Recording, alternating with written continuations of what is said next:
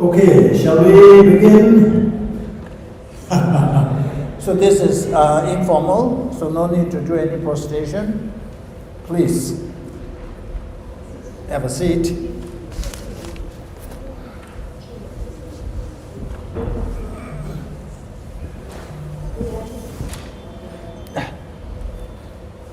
So no prostrations today. Yeah, no need. This is more like informal.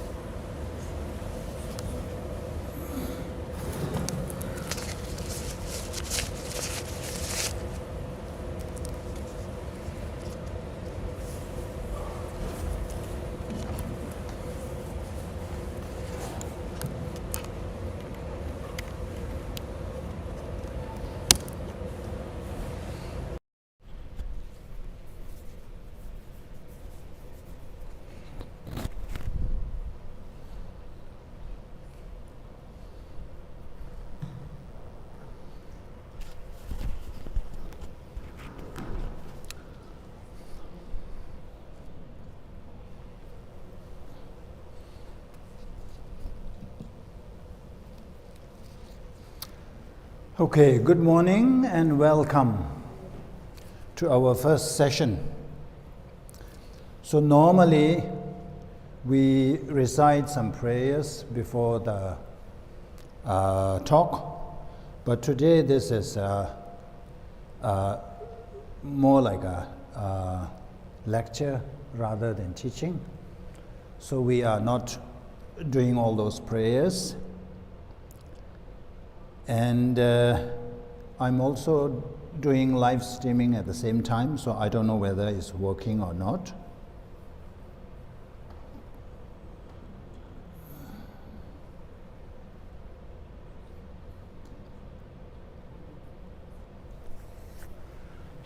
So the reason why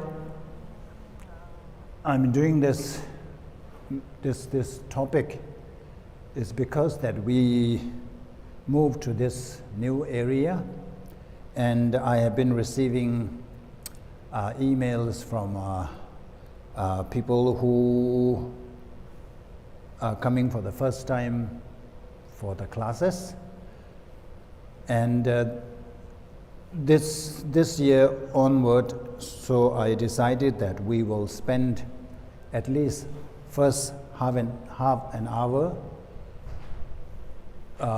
on doing actual meditation. So normally it's more of a pedagogy, we just talk. So we don't do much meditation. So that's the change that we have incorporated. And because of that, I thought that it is good to do this introductory talk. So what I am covering today is very basic, rudimentary. So some of you who are already advanced in your meditation, so you may find it like, it was not worth. It was just waste of my time. So if that happens, I apologize. But this is really meant for the beginners. And another reason is, if we have the same kind of a base, then when we conduct the meditation, so at least everybody will be on the same page, and then you know what kind of meditation we are going to do, and then you can decide whether it is worth your time to come or not. And another point I wanted to highlight is that, so there may be people who are purely interested in doing just meditation. So for that reason, in the subsequent classes, what will happen is we start with the meditation for maybe 25 to half an hour. Then we have a break. We have a tea or something, whatever is served. Then after that, we will continue with our usual class, which is more of a covering different texts. So if you are interested to stay for the classes, you are welcome to do so. If you feel that you are only interested in meditation, you are also free to leave. So that one, I wanted to make it very clear. So, I assume that most of you have been doing meditation. Maybe some of you are already up there.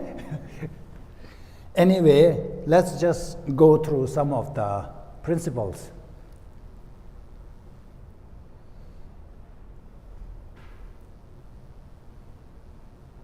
So I feel that it is important to talk a little bit about the reason behind meditation.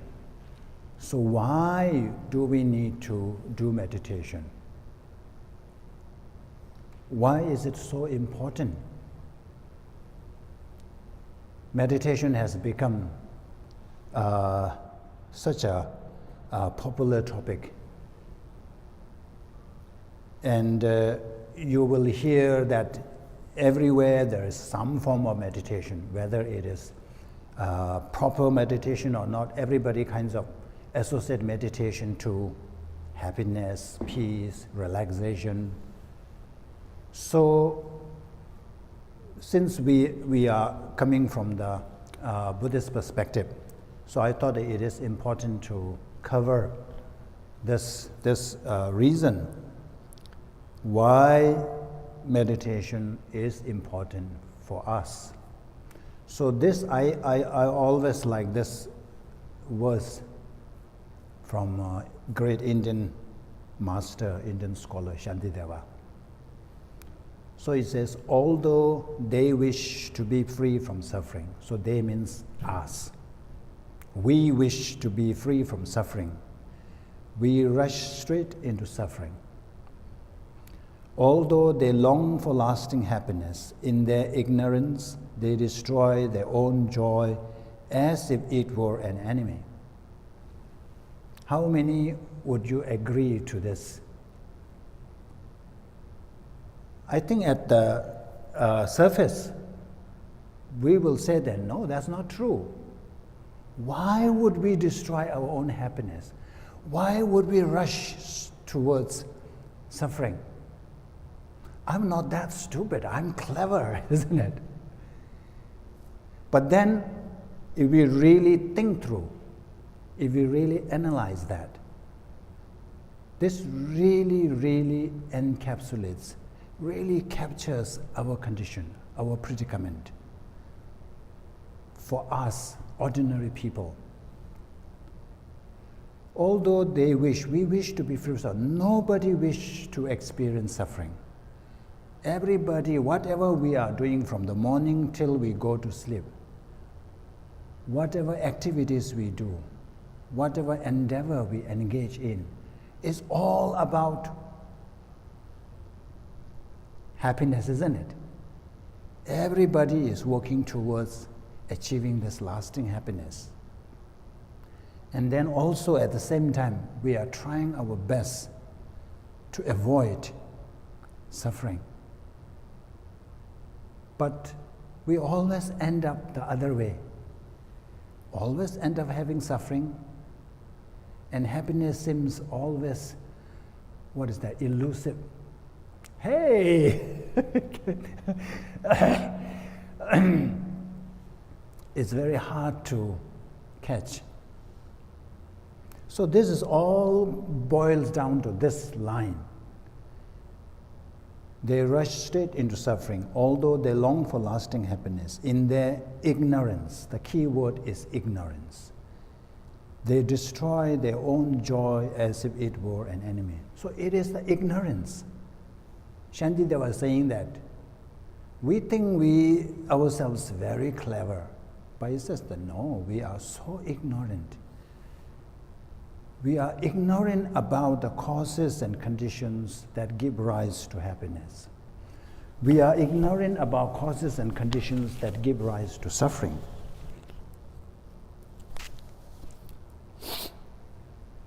Because of that, we very diligently cultivate causes and conditions that give rise to suffering.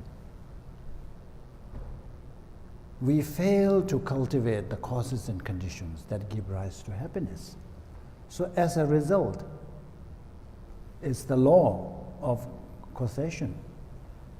So if you have cultivated no causes to be happy, you cannot expect happiness. I normally give this example of strawberries and chilies.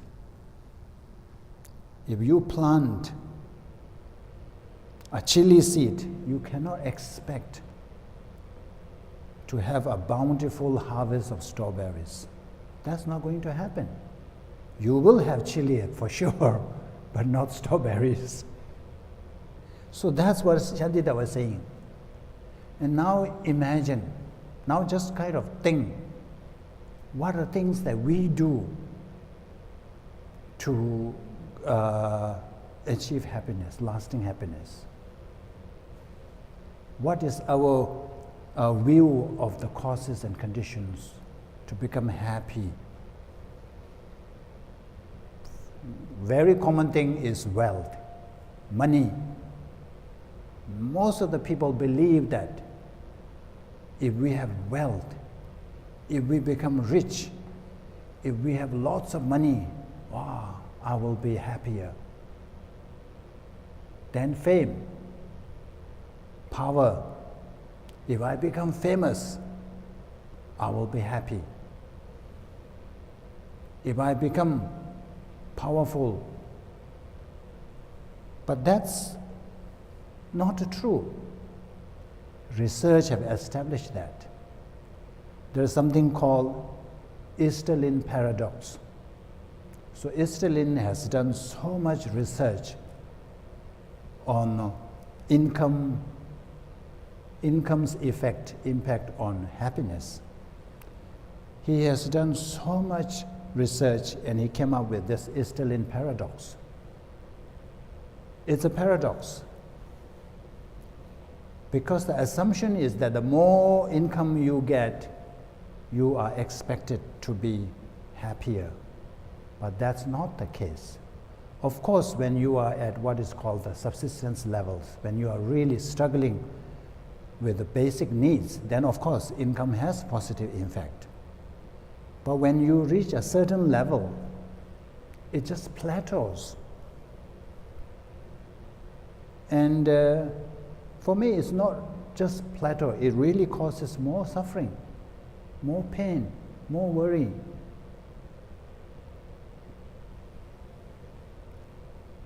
If we are to compare our happiness of a billionaire to an ordinary monk in a monastery, it will be very interesting to see the result. Who score higher in happiness? Here you have a billionaire. It's like unimaginable, unfathomable amount of money.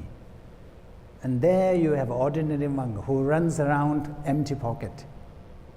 But if you are to measure the happiness level, it will be very interesting. And there is a basis for that. For that monk, that one tummy full of food is served by monastery, they won't go hungry, and there's no other worry. Whereas for billionaires, they are constantly watching the exchange. If a president says something else, they are worried, they are already checking their stock.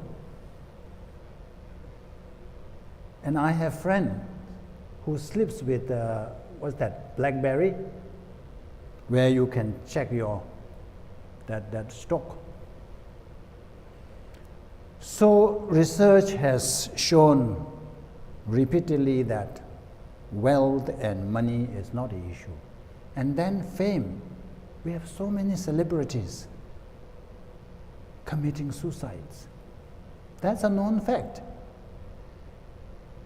If fame equals happiness, why would they even consider, even think about committing suicide? They commit suicide because they are unhappy. There's so much pain and sorrow. And then it comes to power. The world's most powerful person. We know what kind of mental state. The world leaders, they have more worry and concern than ourselves, ordinary people. So that's why it's saying that we are moving towards the wrong direction. We have a saying in Tibetan, if you want the sunshine, then you have to face the direction where the sun is out. If you go to the west and say, oh, I want the sunshine, that's not going to happen. So we have been doing this. We have been cultivating causes to experience suffering, but we are always wishing to be happy. So that's why we need to change that.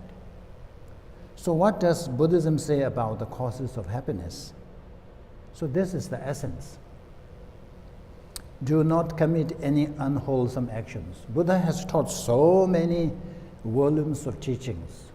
So if one is to summarize that whole teachings, so this can be summarized in one stanza. Do not commit any unwholesome actions. Do perfect wholesome actions. So these first two are very similar with other faith. Other faiths also in Christianity talk about do not do evils, do virtue, same. But here, the difference is that completely tame your mind. So Buddha is saying that all these unwholesome actions and wholesome actions stem from your mind. So mind is the source of all this. Mind is the creator of all this. So until we make some changes to that source, then we will be continuously engaging in these unwholesome actions. So we have to kind of tackle the source, which is our mind. So from the Buddhist point of view, the ordinary people's mind is like wild elephant. It's wild. If you don't tame it, it can cause so much destruction. So that's why the whole point, the essence of the Buddhism is about taming our mind. It's transforming our mind. So that's when the meditation comes in. Just to give you an example, how powerful the mindset is. So what you see here is supposedly a blind person. So he is crossing the road and then accidentally spills. Let's say you are walking together in this what we call the crossing the road, and suddenly you realize that somebody spilled a coffee on your best shirt. You are wearing that expensive shirt, and you get so angry, and then you turn around. And then what happens? You find that, oh, it's a blind person. What happens? Our reaction changes. our attitude changes. Our response will be different. If it weren't a blind person, you would have big fight. You are already so angry. There was a rage. But then when you realize there is a blind person, that rage disappears, vanishes. It's all here, mind. Same situation. If it weren't a blind person, if somebody spills, it's the same action. It's just because your mind interprets differently. So that's why the power of mind. So we are not accustomed to this. We are not accustomed to what you call what is that word? Anyway, let's just stick to interpret. So we fail to interpret in a, what do you call, more a kind of broader way. We have a very narrow view. So the moment there is a stimuli, we just use that narrow lens, and then that's it. We react. But if we accustom ourselves to having a broader view, like this one, if we are able to think, in this case, it is very obvious he's a blind person. But if somebody spills, if you are able to think, maybe that person is in a rush, maybe he's really have an important meeting or an appointment or interview, he has to rush, or maybe something happened, something else has happened. If we are able to bring all these possibilities, we will be able to regulate our emotion in a positive way. But at the moment, most of us, including myself, is always react. That's why we say that most of us react, not respond, because we don't have the time. We are not used to having this kind of broader view. Just to give you an example, I think many of you have seen this. Since we have time, let's just watch it. How old are you, Susan? I am 47. Can you hear? It's okay. That's for just me. one side of me.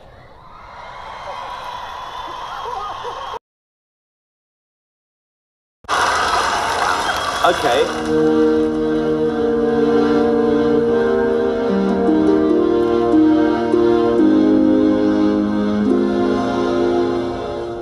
I dreamed a dream in time gone by.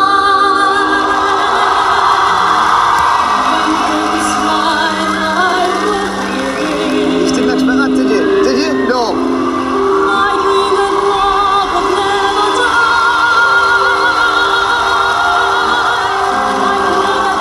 I dreamed that God would be forgiven. As each day your hopes as eternal dreams to share.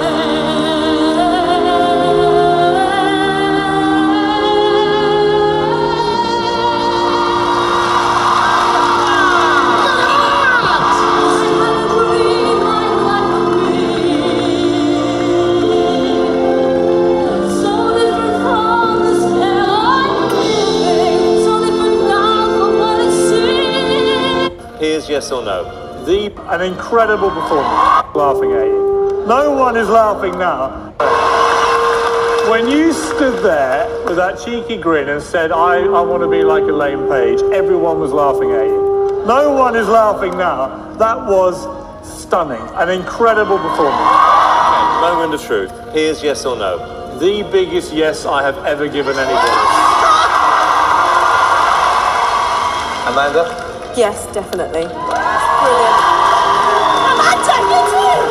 Susan Boyle, you can go back to the village with your head held high. It's 3 yeses.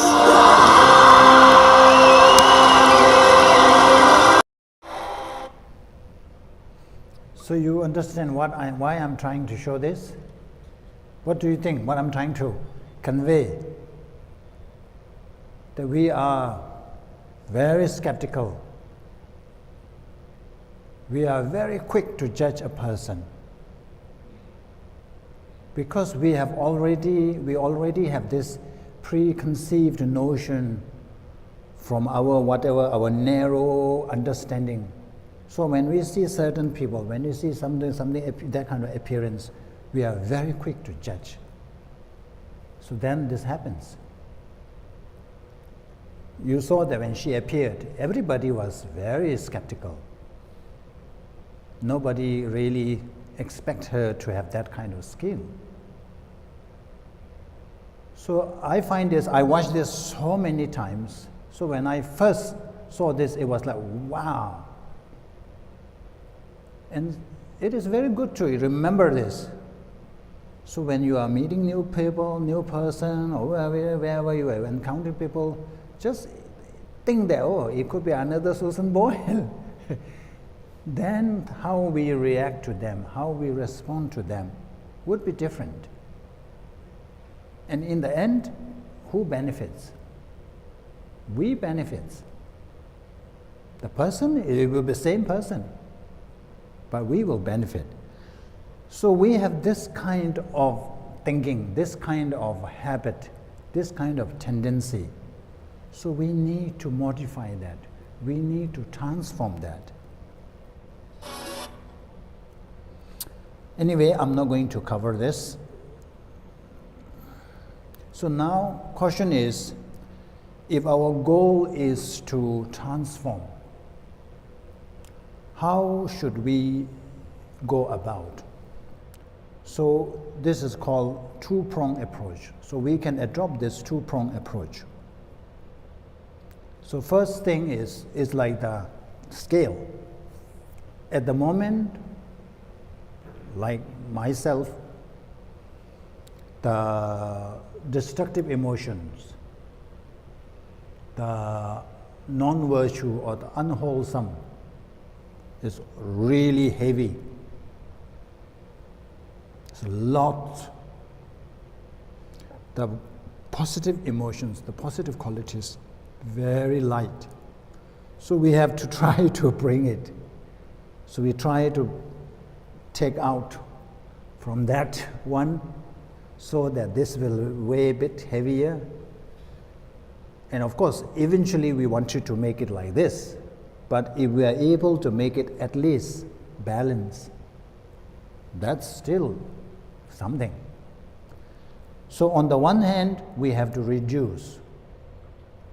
Of course, the best is if we can eradicate all the, what is, in Buddhist term, we call it afflictive emotions.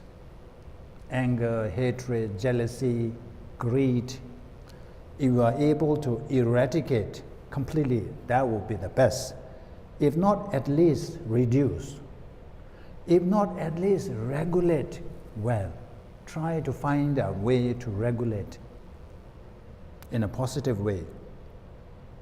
And then on the other hand, we have to enhance the good qualities. We all have good qualities, and we all have the potential to be the best of the best. It's just that it's being covered in layers. So the analogy used is like a gold. If you have a gold, a normal gold, and the gold that is covered in mud, in terms of value, it's same. This is 1 kilo, this is 1 kilo gold, same quality, but one is at the moment covered in mud. So we need to remove that dirt. We need to cleanse this, we need to wash that. Once if we are able to wash that clearly, that the shine, it will shine. We will see the glitters of that gold.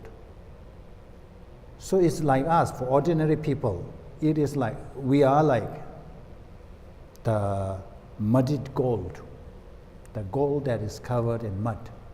So through practice, through effort, we will be peel or rinse away all the dirt. And then one day, it will start to glitter. It started to shine like a normal gold. So we have the potential. So we must know that. Because one form of laziness is this one, that I cannot do it. So from the Buddhist point of view, that is one form of laziness. I cannot do that. I don't have that potential. It is not my thing. So we have to convince ourselves. We have to develop this confidence that, I can do it. So some examples.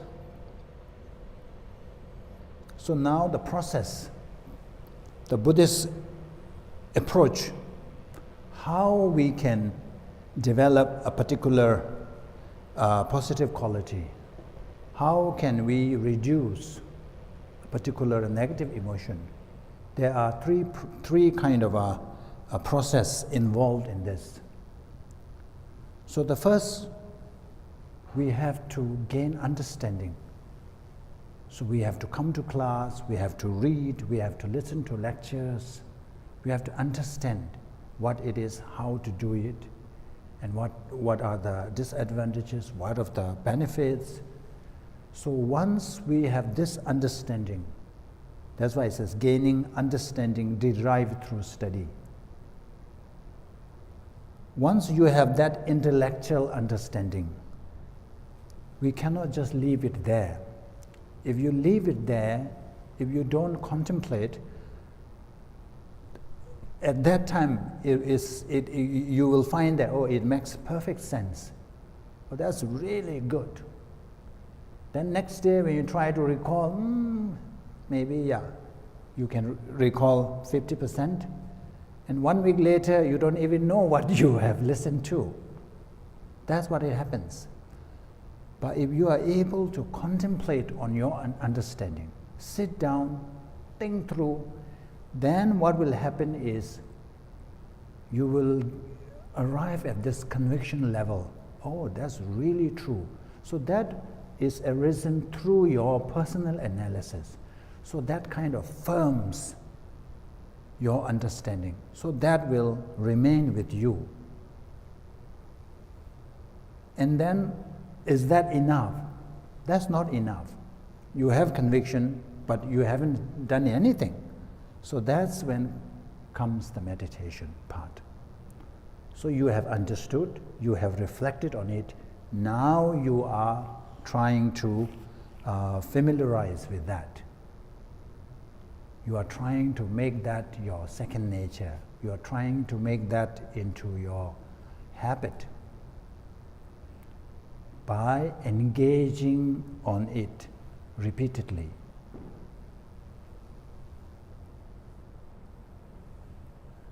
So the purpose of meditation is not relaxation. In the West, it's very common. Oh, I'm so stressed. I need to de-stress. Let's find our meditation place. So that's not the main point, the main goal. But of course, now mindfulness-based MBSR, mindfulness-based stress reduction, that has become so popular. John Kabat-Zinn, when he first introduced to the world this mindfulness practice, of course he couldn't bring all that Buddhist value, Buddhist principle. So he has to, accommodate the audience at that time. So that's why he has to introduce as a mindfulness-based stress reduction. And that's how it has become so popular nowadays. So now if you Google search mindfulness-based, you will see thousands of things. Mindfulness-based this, mindfulness-based that, mindfulness-based that. So from the Buddhist point of view, the purpose of meditation is to train and transform one's mind into one with a positive mental attitudes. You can train and transform your mind into one with a negative mental attitude. There's something called catharsis, isn't it? So one time it was encouraged that you shouldn't bottle up your anger. You must release it. So they offer this kind of a session where you can sign up, pay something, and then they will give you what do you call kind of a bed, and then you can just keep destroying things just to let out your anger. But the research has found that the more you engage in this, the more aggressive and angrier you become. Because you are familiarizing with that. You are training to become aggressive. So that doesn't really serve the problem. Solve the problem. Of course, there is short-term relief, but it doesn't help in long run. It makes it worse. So here is like we have so many qualities. At the moment, let's say anger, all these afflictive emotions, anger, jealousy, greed, attachment, all this, so easy for us to arise. Nobody has to tell you to do. No nudge or anything. Effortlessly, it arises. Just something, tiny thing that triggers, we are in the full blown of afflictive emotions, anger for example. But whereas if we are to cultivate loving kindness, compassion, kind warm-heartedness for somebody, we really have to put effort. We really have to work hard. We really have to think through to generate such positive emotion. The reason, from the Buddhist point of view, the reason is that we have familiarized ourselves in these afflictive emotions life after life, because Buddhist believes in past lives. So we had so many opportunities. That's why it became our second nature. It's so easy. Whereas when it comes to the positive side, we are not that familiar with this. We haven't accustomed ourselves with these positive emotions that much. As a result, it is very difficult. So what we are trying to achieve through meditation is to make ourselves familiar with these positive emotions. Like mindfulness meditation. So one form can be make ourselves more attention focused. At the moment, it's very easy to distract our mind wandering. We cannot even focus on one thing, even for a short time. So like mindfulness meditation, so when you engage in that, so you are kind of driving your mind through this particular direction, so that through habit we will be able to engage in it without effort. So it's like driving for the first time. If you have changed your office, so now you have to drive to a new place. So first several trips, you have to be careful. Of course, nowadays with GPS it's easy.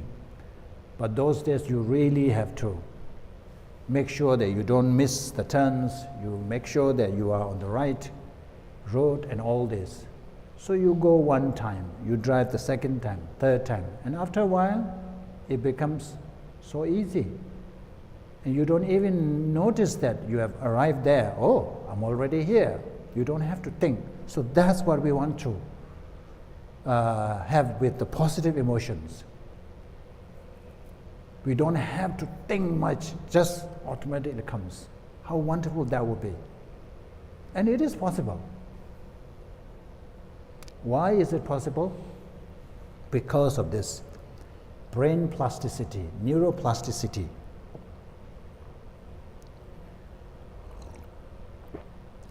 I'm trying to bring science here because we know that from the Buddhist point of view it's all there. But I'm trying to bring in support.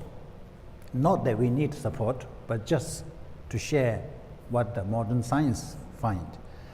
So for a very long time, scientists were very adamant that, once you reach certain age, the brain cannot change. It's fixed. Once you reach adulthood, there is no new connections formed, no neurons will give rise. That's it. So you have the first 20 years to kind of establish the network of your brain. After you reach that one, nothing you can do. But now they have found that that's not the case. Brains adapt and grows as we age. You can create more connections. You can generate new neurons, new connections, new synapses. All these are possible. And they have done actual research to show that. So that's why train your mind, change your brain.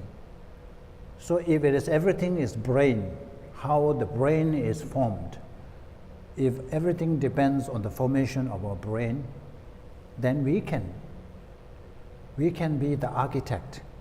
We can draw what kind of formation in the brain we want through training our mind.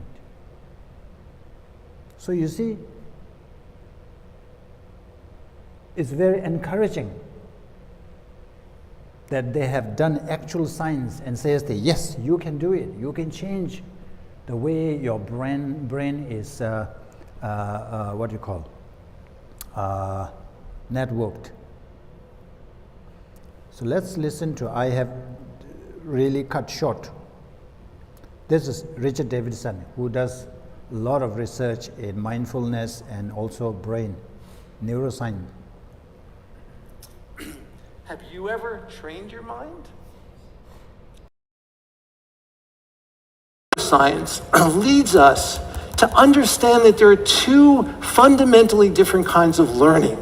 One form of learning we call declarative learning, which is learning about things. I can learn the value of kindness by sitting down and studying texts about kindness, but this won't necessarily lead us to become kinder.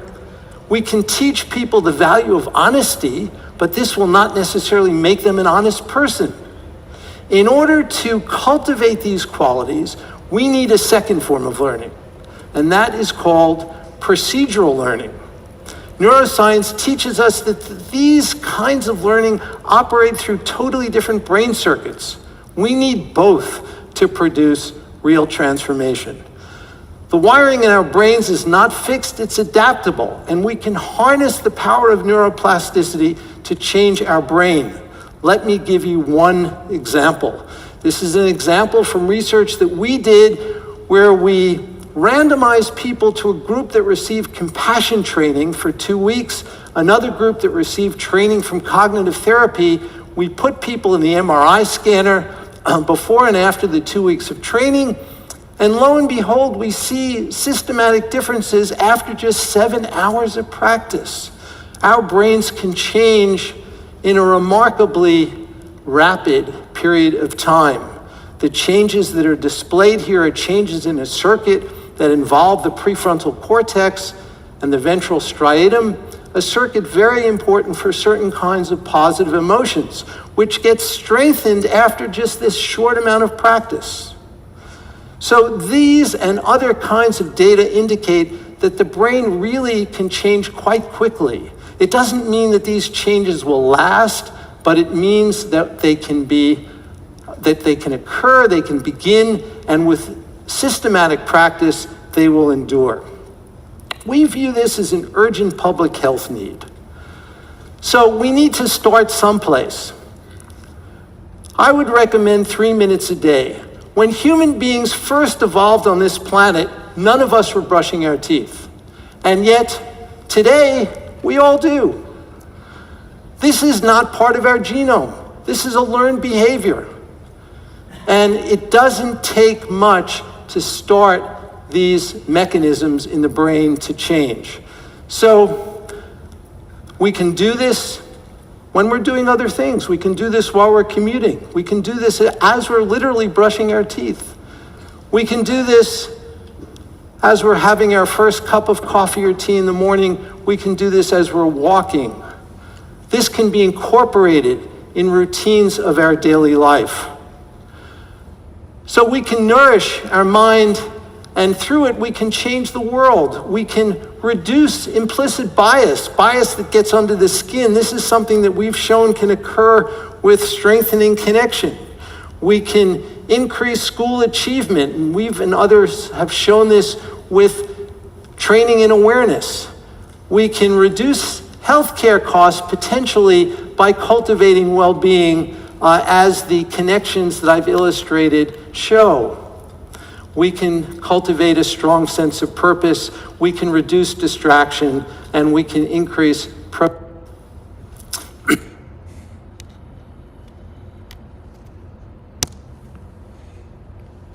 So it's very encouraging, isn't it? Just 2 weeks, you can see the results.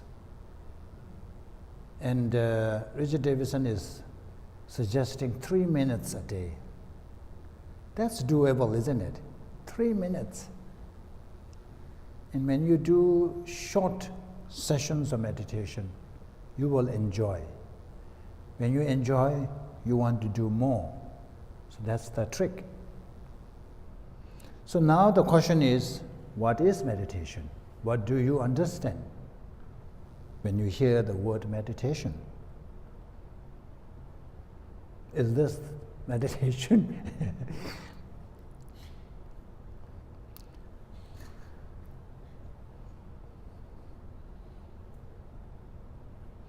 So there are a lot of misconceptions about meditations.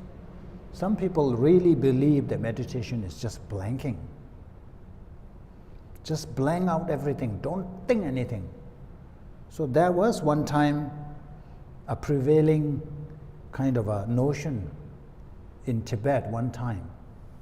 So there was someone called Hashang from China. He came with that view, and people enjoy it because you don't have to do anything. Just close your eyes, blank out. That's the easiest thing to do. And they thought, that's something easy I can do, everybody can do. But that's not meditation. So they had a huge debate, and finally that was resolved. So meditation is not about blanking the mind. And how about this one then? Is it about thinking some pleasant, nice, going to,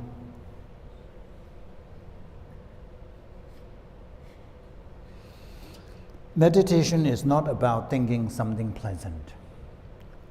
Of course, in therapies and all that they use, in order for the client or the person, in order to reduce the anxiety, you can say, okay, think about something pleasant.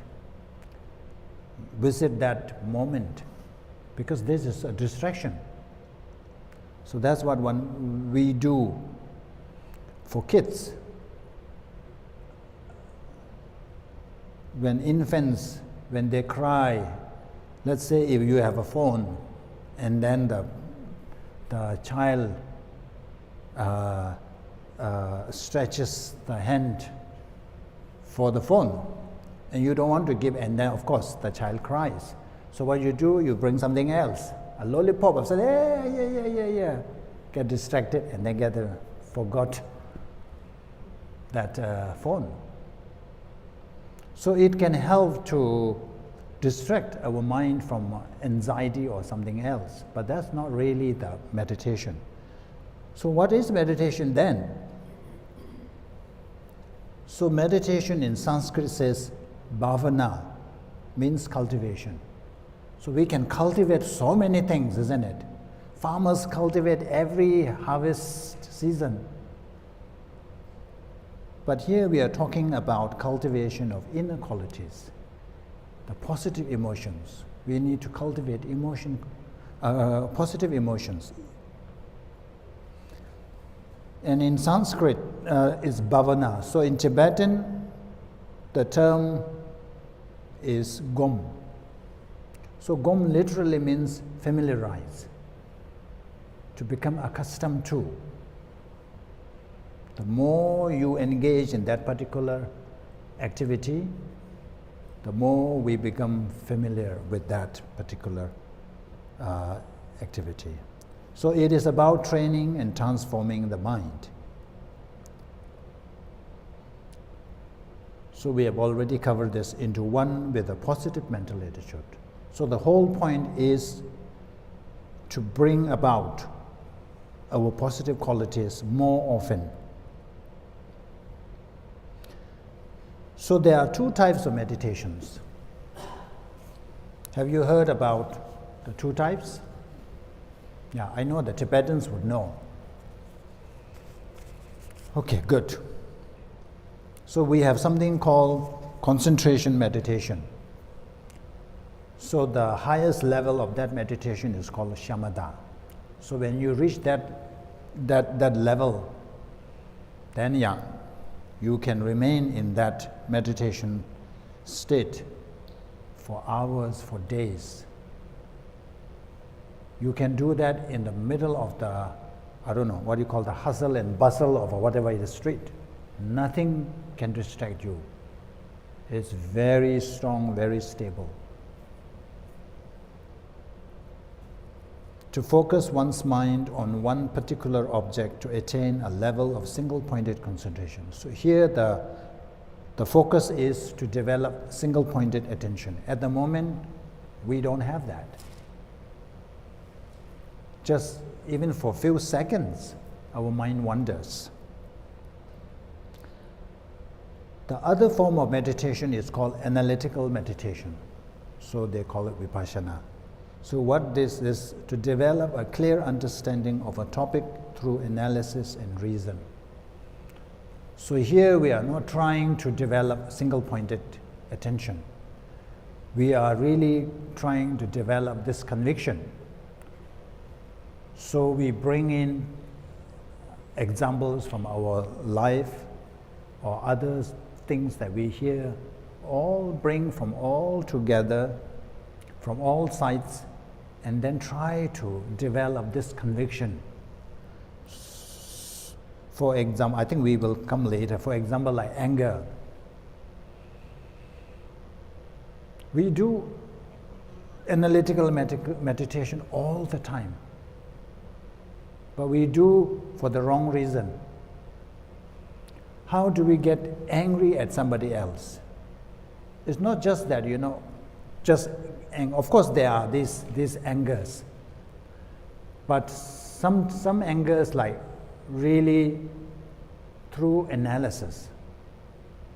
You get angry at somebody, and even let's say worse, hatred. If you develop hatred must come from analytical meditation.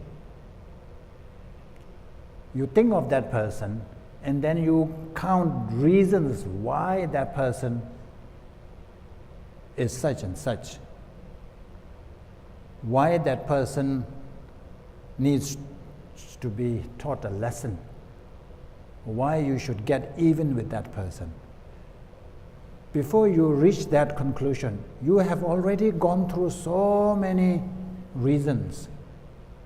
He has done this for me, or last time he said this thing, or this time he's doing, now look at him, he's doing this. Or he has caused harm to my family, or my friends, he said something to. All these are analytical meditation. You have come to the conclusion because you have analyzed all this. So we are very good at it. But only thing is that we are not using it to cultivate positive emotions. So now we have to switch that. And we say that we need both of these. The single-pointed meditation, the concentration, as well as analytical meditation. Both are important. In terms of sequence, we develop the single-pointedness first, and then we do the analytical meditation. But we need both. You can see from the image, if you are to cut a tree down, of course nowadays here you have those gadgets, the chainsaw. You don't need to rely on this. In old days, the only thing you have is an axe. For that, first of all, axe need to be very sharp. If it is blunt, no matter how many times, how long you spend time, it's not going to cut through. And not only it needs to be sharp, but your hands need to be steady. If you keep hitting on every time on a different spot, then you won't be able to fall that tree. So likewise, we need the single-pointed, the ability to remain on the object single-pointedly. And then on top of that, we need that analytical meditation. So combined, we will be able to achieve what we are aiming to achieve. So the importance, this is to highlight the importance of the union of calm abiding and spatial insight. So just to give a few examples, types of mindful meditation. So you may be doing one of these. Attention-focused mindful meditation. This is a common thing that we do. Most basic mindfulness practice is this one, attention focus. They will ask you to choose a focus, object of a focal point, and then you just rest your mind on that focal point. So that is attention-focused mindfulness. So this is common. We will simulate, we will do later. And then other one is resting the mind in its natural state. So this is also a common thing. So this time, instead of focusing your mind on your breath or a chosen object, you just observe your mind. All kinds of thoughts. You just observe and watch your thoughts. That all kinds of thoughts rising, and then it's just dissolving without, or what you call the suspending the judgment. Without judging anything, just observe. So this is the whole point of this, is to get to the in-depth of our mind. Is the example is like this. So the ocean, the sea or ocean, at the surface, some days it could be calm depending on whether there's wind or not. Some days it will be very rough. But if you go down at the depth of the sea, it is very calm. So likewise, our mind, and on the surface there may be all kind of agitation, all this thing, but if you are able to penetrate into the depth of your mind, then you will be able to find that stillness, that calm mind. And then of course, body scan meditation. You just run your attention all throughout your sensation, your body, just to notice the sensation. And then meditation on impurity, impermanence, suffering nature. So this is really going into the Buddhist meditation, real meditation. So when we do all this mindfulness meditation, so the modernized version of this mindful meditation they don't teach you to reflect on impermanence and all this. But that was meant to be. So when you close your eyes and when you meditate, when you observe, especially if you are watching your breath, if you are resting your mind on your breath, you will notice that this rounds of breath keep changing. You breathe in, you breathe out, that's end of one cycle. Then another fresh one comes. So these are to help us the impermanent nature of things. Through observing this, oh, like my breath is impermanent. It doesn't last. Even though it's like permanently there, but it's all replaced by another cycle of breath. And then sensation, when you observe the sensation, yeah, I feel some itch here, but then it goes. It comes, goes, comes, goes. So through this, these are to help us to gain insight into the impermanence. But of course nowadays nobody teaches you to do that. And especially what we call the emptiness of self or selflessness. So when we feel any sensation, it could be nice, pleasant feeling, it could be unpleasant feeling, it could be neutral. So when whatever sensation we feel, we say that, oh, I feel pain, I feel pleasant, I don't feel anything. So we say I, but where is I? We are only pointing to those sensations. If you were to search and pinpoint where that I is, when we say I am feeling this, I'm feeling, it is not. We give this designation or the label to a series of sensations. That's all there is. So through this kind of realization, through this kind of analysis, so we are supposed to gain insight into the selflessness of a person, of I. There's nothing I is solid there. So that's the real meditation there. But for now, we are not going to do that. We will just do the modernized one. So just to give an analytical method, so recall a moment of anger. You can try doing this. So recall a moment of anger. So everybody has a moment of anger. Gently bring to mind a recent situation where you felt angry. It could be this morning, just 1 hour ago. Gently bring to mind a recent situation where you felt angry. And then analyze the experience. Ask, what caused this anger? So you replay that incident and try to pinpoint what was the cause. How did it start? Was the anger helpful or harmful? So this is important. So you're getting upset, you're getting angry, losing your cool. Was that helpful or was that harmful?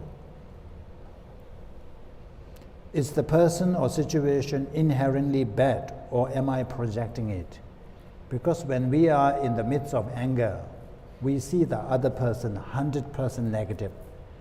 And whatever the issue is, completely that person's fault. It's like I have nothing to do with it. It's all his or her fault. But if you really rewind and slow motion, play it in a slow motion, is that the case? Is the person or situation inherently bad? Or am I projecting it? Then apply wisdom. So after all this, you will realize that anger leads to suffering. For me, as well as others. So when when was there any time when you felt that, anger led to happiness? Rarely, always unhappy. The other person is also suffering or confused, just like me. So just like me, other person said this or that out of anger. He's under the control of anger. We always give this excuse. I'm so sorry that, I said this thing because I was under the control of anger.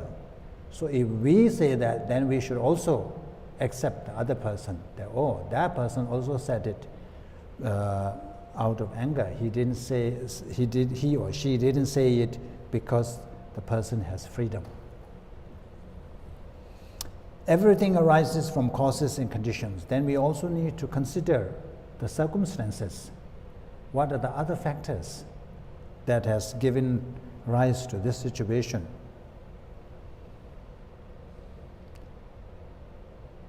So after all going through this, then you reach at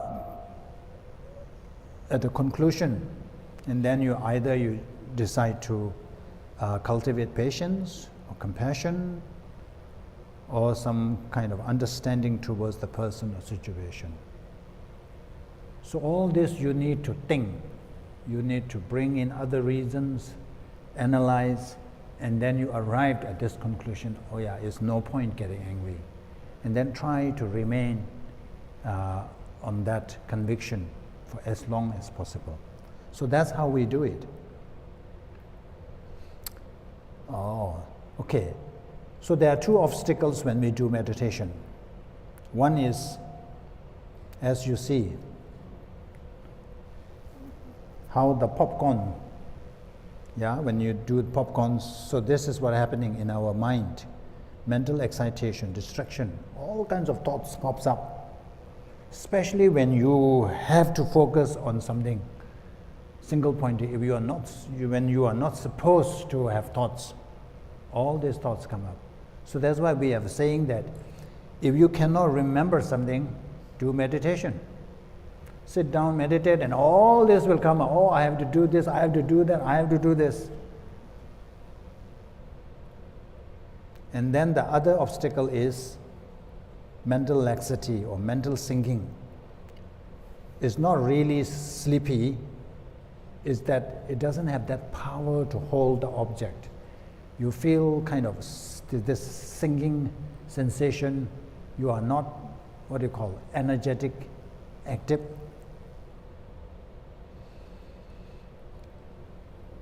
So these are the tools that we can use. This is mainly for single-pointed concentration. So when we do, so this is the given. This is how elephants are trained, using rope, stick, and hook. So likewise, we use mindfulness.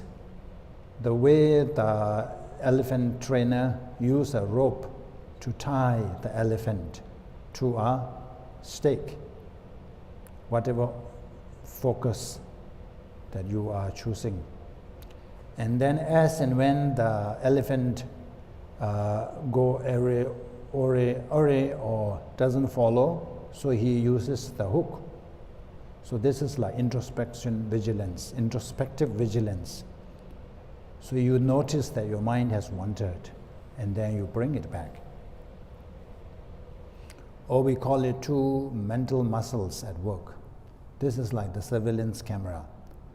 One is the mindfulness. This is important because this is the one that remembers where to focus your mind. And then we have the introspective. These two go hand in hand.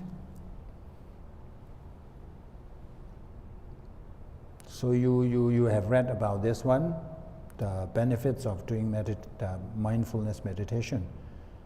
So this group of kids were caught during a flooding in the cave, and I think for how many days they survived. It's mainly because the coach, he taught them meditation. They did meditation, and they attribute their survival to mindfulness meditation. Okay, so this is a bit longish one, so if you don't mind watching this. Wandering mind is an unhappy mind. So this is a popular research.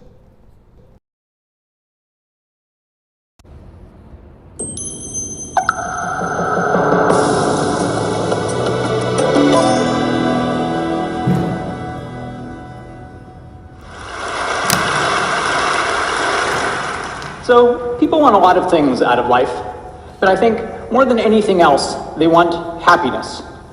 Aristotle called happiness the chief good, the end towards which all other things aim. According to this view, the reason we want a big house, or a nice car, or a good job, isn't that these things are intrinsically valuable. It's that we expect them to bring us happiness.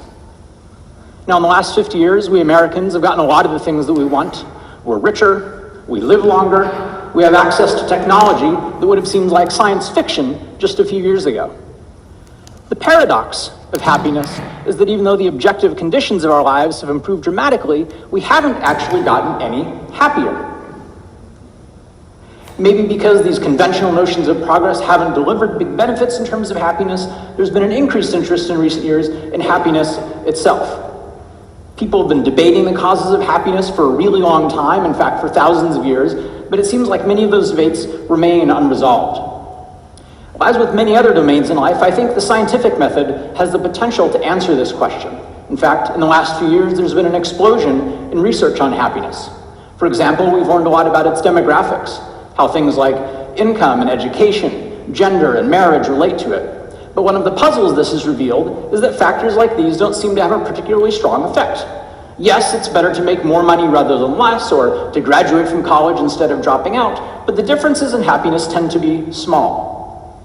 Which leaves the question, what are the big causes of happiness? I think that's a question we haven't really answered yet, but I think something that has the potential to be an answer is that maybe happiness has an awful lot to do with the contents of our moment-to-moment experiences. It certainly seems as we're going about our lives that what we're doing, who we're with, what we're thinking about have a big influence on our happiness, and yet these are the very factors that have been very difficult, in fact almost impossible for scientists to study. A few years ago, I came up with a way to study people's happiness, moment to moment, as they're going about their daily lives on a massive scale all over the world, something we'd never been able to do before. Called trackyourhappiness.org, it uses the iPhone to monitor people's happiness in real time. How does this work? Basically, I send people signals at random points throughout the day, and then I ask them a bunch of questions about their moment-to-moment experience at the instant just before the signal. The idea is that if we can watch how people's happiness goes up and down over the course of the day, minute to minute in some cases, and try to understand what people are doing, who they're with, what they're thinking about, and all the other factors that describe our day, how those might relate to those changes in happiness, we might be able to discover some of the things that really have a big influence on happiness. We've been fortunate with this project to collect quite a lot of data, a lot more data of this kind than I think has ever been collected before. Over 650,000 real-time reports from over 15,000 people. And it's not just a lot of people, it's a really diverse group. People from a wide range of ages, from 18 to late 80s, a wide range of incomes, education levels, people who are married, divorced, widowed, etc. They collectively represent every one of 86 occupational categories and hail from over 80 countries. What I'd like to do with the rest of my time with you today is talk a little bit about one of the areas that we've been investigating, and that's mind wandering. As human beings, we have this unique ability to have our minds stray away from the present. This guy's sitting here working on his computer, and yet he could be thinking about the vacation he had last month, wondering what he's going to have for dinner.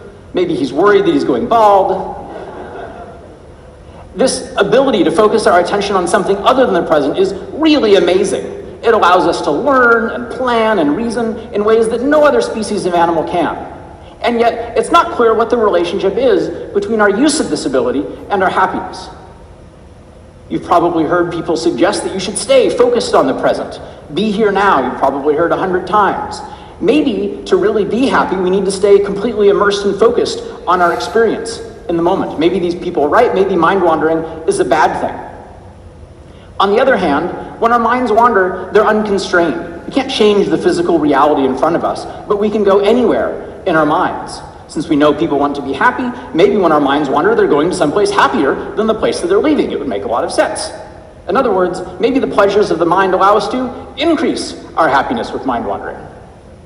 Well, since I'm a scientist, I'd like to try to resolve this debate with some data. And in particular, I'd like to present some data to you from 3 questions that I asked with Track Your Happiness. Remember, this is from sort of moment-to-moment experience in people's real lives. There are 3 questions. The first one is a happiness question. How do you feel on a scale ranging from very bad to very good?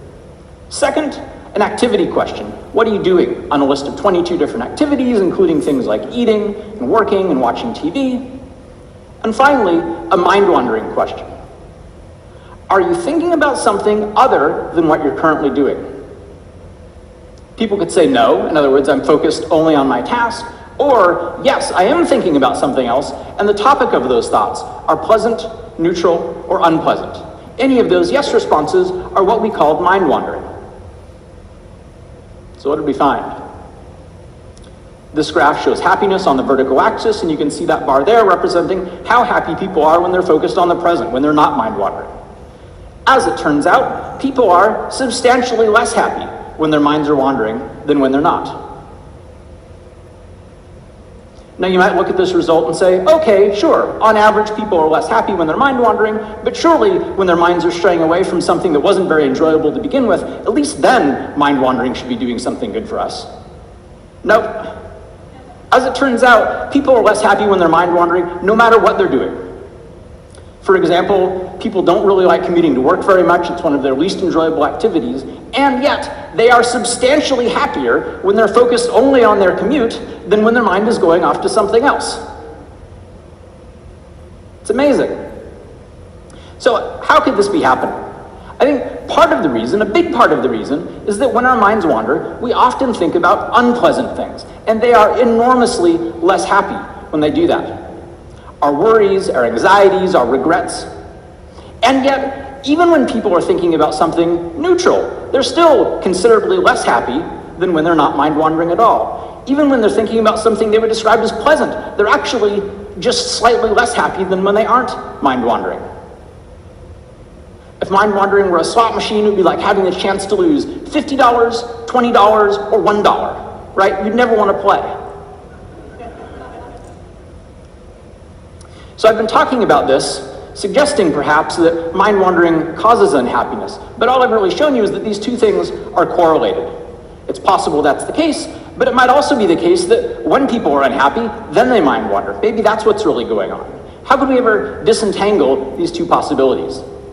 Well, one fact that we can take advantage of, I think a fact you'll all agree is true, is that time goes forward, not backward, right? The cause has to come before the effect. We're lucky in this data, we have many responses from each person, and so we can look and see, does mind wandering tend to precede unhappiness, or does unhappiness tend to precede mind wandering, to get some insight into the causal direction. As it turns out, there is a strong relationship between mind wandering now and being unhappy a short time later, consistent with the idea that mind wandering is causing people to be unhappy. In contrast, there's no relationship between being unhappy now and mind wandering a short time later. In other words, mind wandering very likely seems to be an actual cause and not merely a consequence of unhappiness. A few minutes ago, I likened mind wandering to a slot machine you'd never want to play. Well, how often do people's minds wander? Turns out they wander a lot. In fact, okay, I think we got the point. I think I forgot to break at 11, so we're already 11, almost 11:30. Okay, so I think this you can just glance.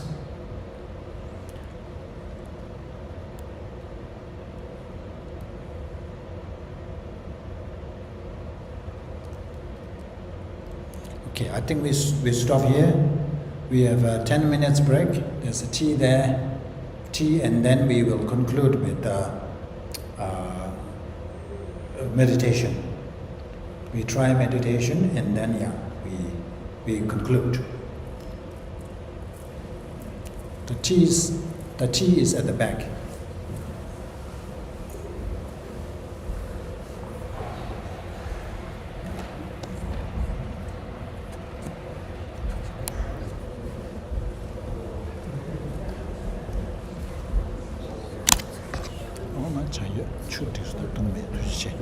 meditation.